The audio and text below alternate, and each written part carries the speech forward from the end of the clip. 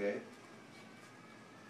There's three things that will give you propulsion. Okay? One is you can pump the sail. Okay? The second one is you can rock the boat to windward. The third one is a long, slow bear-away.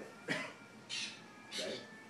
So those three factors allow you to catch waves, allow you to accelerate the boat downwind.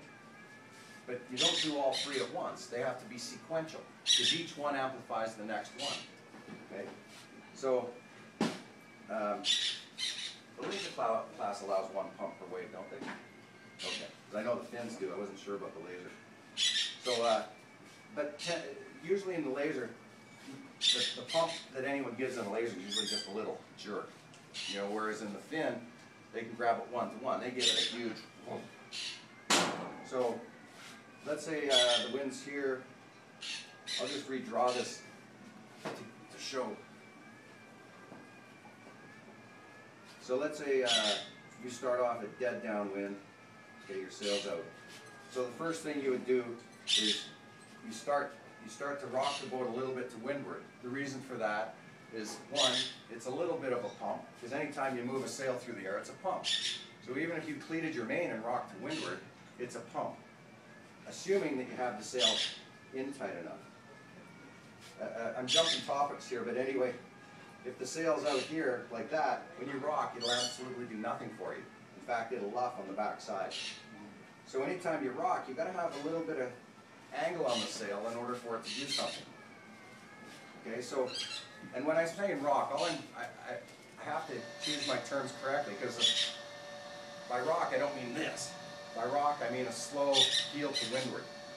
So what you're doing is it's giving you propulsion, but it's also, any boat wants to steer down. If you heel it this way, it wants to turn this way. So the idea is that you're not using the rudder to turn the boat, which is a brake. You're allowing the hull to turn the boat, and the rudder just follows. So that's one thing. So that starts you to accelerate, okay? In lighter air, you're not really going to pump the sail because you'll end up jiving. So we'll leave the pump out of it for now. But you rock to windward, and then if you do a long, slow bear-away, the boat accelerates through that whole bear-away, okay? And now you've got the sail with the air flowing backwards across the sail. And if you're still heeled to windward, now you can push it down, right? And that's actually the pump there. It's called a reverse pump. As your boom's up in the air, you push it down. So you don't apply all these forces at the same time. They're all sequential. And that makes the boat end up going a lot faster. And then once you get going, then you come back to dead downwind and you start the whole process over.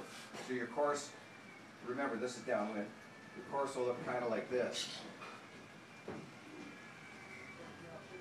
Right?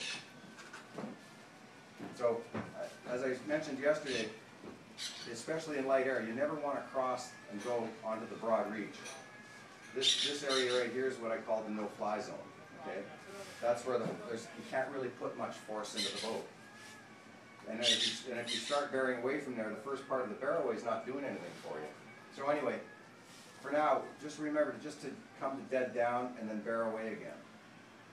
So I have a video that illustrates